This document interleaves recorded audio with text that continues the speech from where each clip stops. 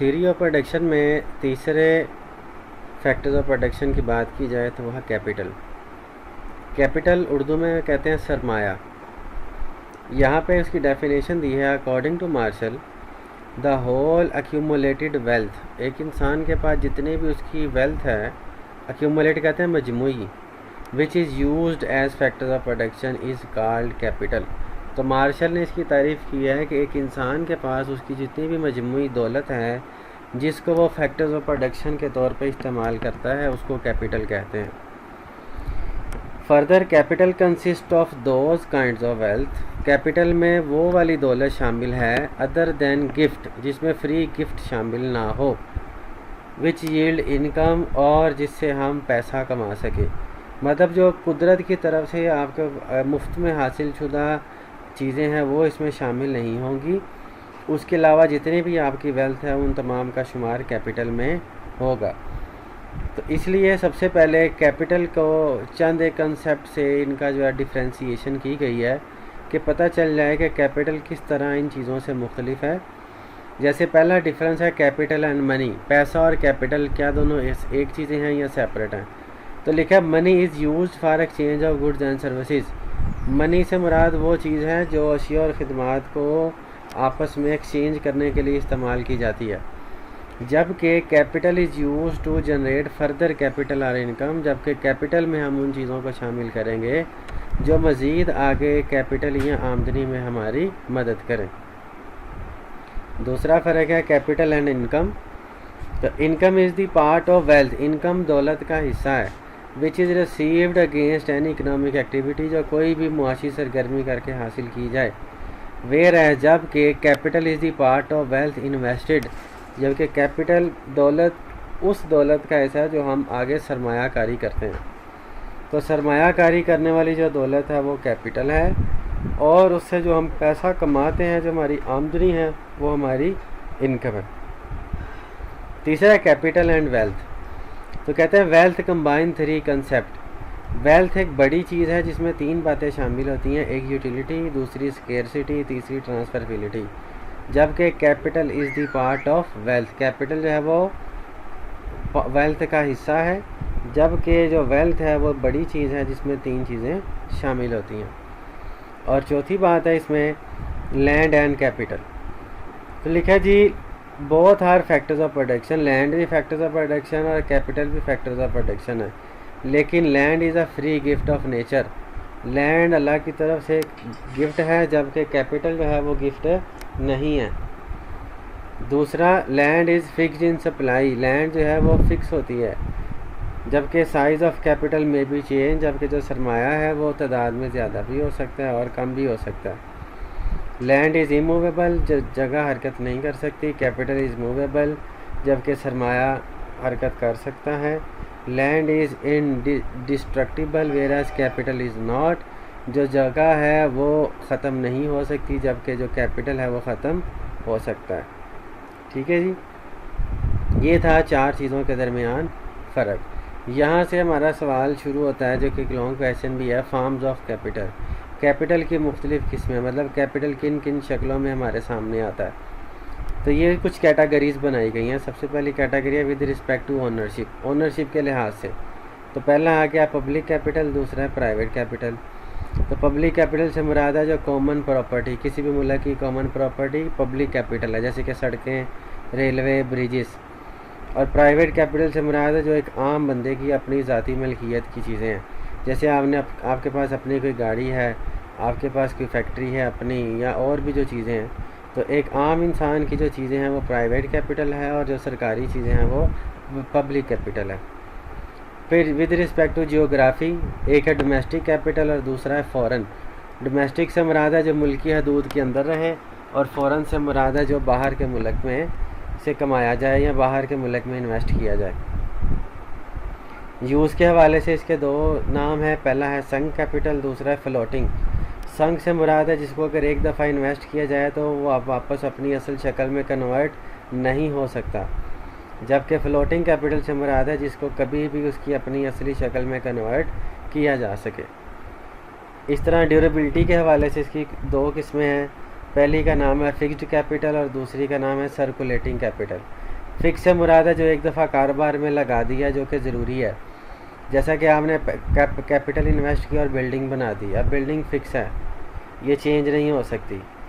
जबकि जो succulent capital और वर्किंग कैपिटल से मुराद है जो कारोबार में बार बार इस्तेमाल हो, मतलब आपने एक दफ़ा चीज़ ख़रीदी फिर बेची, उससे पैसा कमाया फिर ख़रीदी फिर बेची, तो अगर आप पैसे को बार बार यूज़ करोगे तो वो हमारे लिए सर्कुलेटिंग कैपिटल कहलाएगा। फिर विद रिस्पेक्ट टू पेमेंट में इसकी दो किस्में हैं, पहली है ऑक्सिलरी कैपिटल और दूसरी है रेम्यूनरेटिव कैपिटल।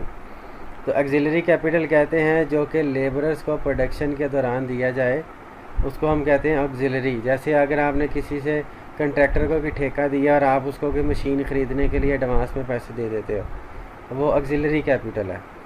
और रेम्यूनरेटिव कैपिटल से मुराद है वो हिस्सा जो किसी को उसकी काम करने के बदले में दिया जाए, जितना काम करोगे आपको उतने पैसे मिलेंगे, वो रेम्यूनरेटिव कैपिटल कहलाएगा। फिर विद रिस्पेक्ट टू टेंजिबल और इनटेंजिबल, टेंजिबल से मुराद जिसको हम देख सकें छू सकें, और इनटेंजिबल से मुराद जिसको हम लोग ना देख सकते हैं और ना छू सकते हैं। टेंजिबल के हम कहते हैं मटीरियल कैपिटल जो नज़र आता है, और जो इनटेंजिबल है वो है हमारा ह्यूमन कैपिटल। जैसे कि हम इंसान के जो दिमाग में स्किल्स हैं, उसका अपना एक्सपीरियंस है, वो नज़र नहीं आता, वो हमारे लिए इनटेंजिबल होता है।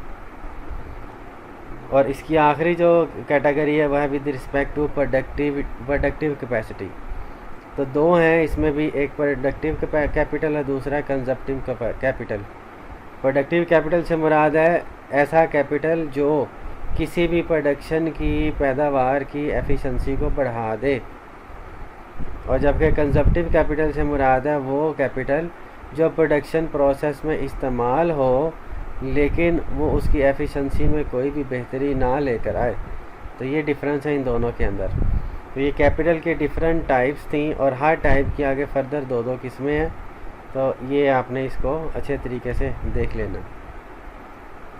फिर आगे फंक्शंस ऑफ कैपिटल, कि कैपिटल को हम कहाँ कहाँ पे इस्तेमाल कर सकते हैं। ये बहुत आसान है, जैसा कि provision of machine and tools, capital इस्तेमाल होता है मशीन ख़रीदने के लिए, आलात ख़रीदने के लिए।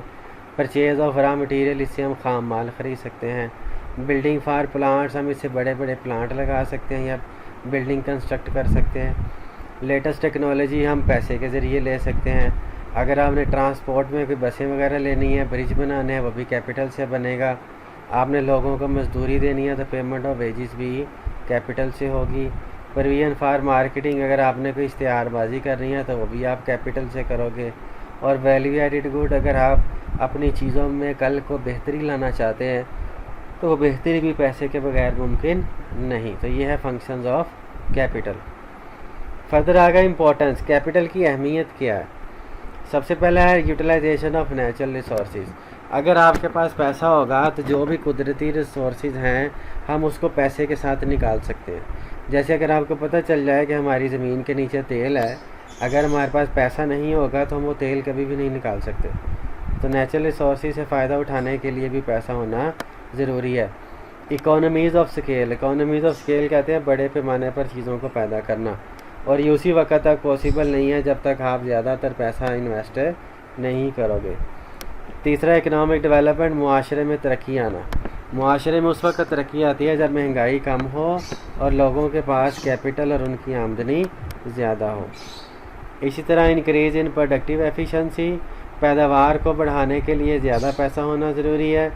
अगर पाँचवा है decrease in cost of production, अगर आप कहते हैं कि आपका ख़र्चा कम आए तो जितना ज़्यादा पैसा इन्वेस्ट करोगे उतना चीज़ें आपको सस्ती मिलेगी और ख़र्चा कम से कम आएगा। नेक्स्ट है जी स्पेशलाइजेशन।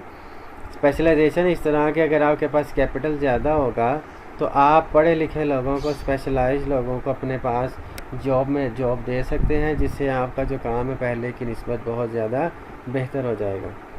और आखिरी बात है इनोवेशन एंड इन्वेंशन। जितनी भी दरियाफ्तें हैं वो पैसे के ज़रिए होती हैं। अगर पैसा होगा तो आप नई चीज़ें ईजाद कर सकते हैं, अदरवाइज़ आप कोई भी नई चीज़ ईजाद नहीं कर सकते। लेकिन बहुत सारी चीज़ें ऐसी हैं जो कि आपके कैपिटल की एफिशिएंसी को कम कर देती हैं। मसलन optimum combination of factors of production, आप फैक्टर्स ऑफ प्रोडक्शन का सही कम्बिनेशन इस्तेमाल नहीं करते। कहीं पे लैंड का ज़्यादा इस्तेमाल करना है और आप वहाँ पे लैंड का इस्तेमाल कम कर देते हो। कहीं पैसा ज़्यादा लगाना है, आप पैसा कम लगा देते हो। तो जब आप फैक्टर ऑफ प्रोडक्शन का कम्बिनेशन सही तरीके से इस्तेमाल नहीं करोगे, फिर भी कैपिटल से फ़ायदा हासिल नहीं कर सकते। ट्रेंड एंड स्किल्ड लेबर जब आपके पास नहीं होगी, तब भी पैसा आपके किसी काम नहीं आएगा। क्वालिटी ऑफ रॉ मटेरियल, आपने पैसा तो खर्च दिया, लेकिन रॉ मटेरियल आपका घटिया क्वालिटी का था, फिर भी वो पैसा आपके किसी काम नहीं आएगा। एंटरप्रेन्योरेबिलिटी, आपके पास पैसा है लेकिन आप उसको इन्वेस्ट करने से डरते हैं, तो अगर आप इन्वेस्ट नहीं करेंगे तो फिर भी आप उस पैसे कैपिटल से ज़्यादा मुनाफा नहीं कमा सकते। पांचवी बात है वर्कशॉप एंड रिपेयर सेंटर। अगर if machines and tools are properly maintained then life and efficiency of capital में भी इंक्रीज मैनी टाइम। अगर हमारे पास रिपेयर सेंटर होंगे तो हम कैपिटल से सही बेनिफिट हासिल कर सकते हैं।